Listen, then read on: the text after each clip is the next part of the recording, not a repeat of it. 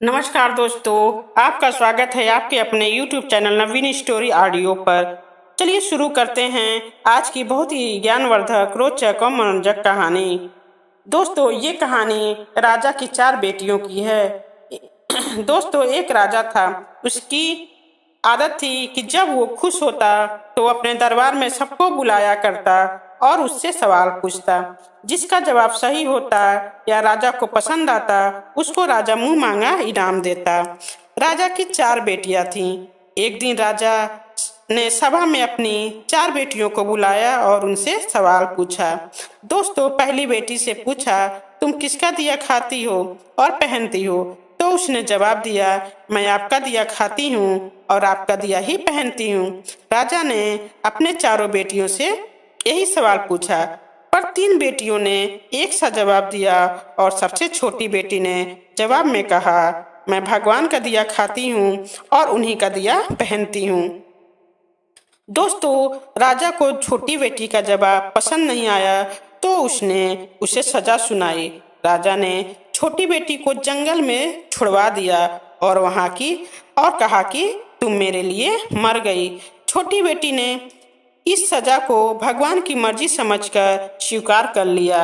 लेकिन छोटी बेटी जंगल में जब भटक रही थी तो उसे एक झोपड़ी दिखाई दिया। दोस्तों, जब वो झोपड़ी के पास पहुंची तो उसने देखा कि वहां एक बकरी बंधी हुई है और अंदर एक बूढ़ी औरत बीमार थी। छोटी राजकुमारी जब अंदर गई तो बूढ़ी औरत बहुत ज्यादा बीमार थी और खांस भी रही थी।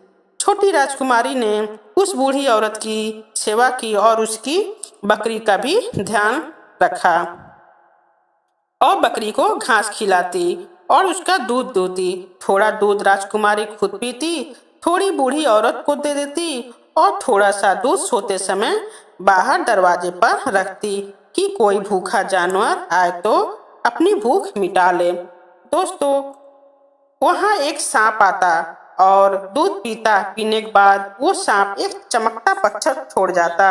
इसी तरह से राजकुमारी रोज रात को दूध रखती और सांप रोज दूध पीने के बाद एक चमकीला पत्थर छोड़ता। अब राजकुमारी के पास बहुत सारे पत्थर हो गए थे और दोस्तों, वो पत्थर कोई मामूली पत्थर नहीं था, बहुत ही कीमती रत्न थे। राजकुमारी ने उन रत्नों को बेचकर अपने लिए एक महल बनवाई और बहुत सी रोजगार वाली चीजें बनवाई, जिससे लोग वहां आकर रहें और अपना काम करके अपना घर चलाएं। और दोस्तों, अब वो राजकुमारी बहुत ही मशहूर हो गई थी। यह खबर उसके पिता तक पहुंची कि जंगल के बीचों बीच एक राज्य बसा है और वहां की रानी बहुत दयालु और अच्छी है। राजा को पता नहीं था कि जिस रानी का वह बड़ाई सुन रहा है वो उसकी छोटी बेटी है। राजा ने उस रानी से मिलने का पैगाम भेजा। रानी ने कहा, ठीक है, पर आप अपनी सभी बेटियों को लेकर आना। तो दोस्तों, राजा ने अपनी तीनों बेटियों के साथ महल में पहुंचा। छोटी रानी ने कई तरह के पकवान उनके सामने पेश किए और राजा और उसकी तीनों बेटियों ने मेहमान नवाजी की तारीफ की। अब राजा बोले कि खातिरदारी तो बहुत हुई, पर जिससे मिलने आए हैं वो कब आएगी? राजा ने दास से कहा, अपनी रानी को बुलाओ, हम उनसे मिलना चाहते हैं। दास ने रानी से कहा, रानी जी, मेहमान आपसे मिलना चाहते हैं। रानी आई और रानी को देखकर राजा एकदम दंग रह गया और रानी से बोला, बेटी, मैंने सोचा कि तुम्हें अब तक जंगली जानवर खा चुके होंगे और तुम मर चुकी होगी। रानी ने अपने पिता को सारी बात बताई कि कैसे उसने सब पाया।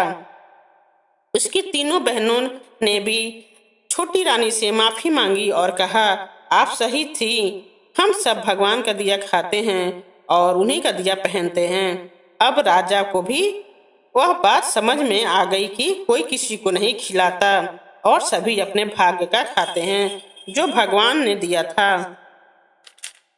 हेलो दोस्तों, कहानी पसंद आई हो तो लाइक शेयर कमेंट करें और चैनल पर नए हो तो चैनल को सब्सक्राइब जरूर करें।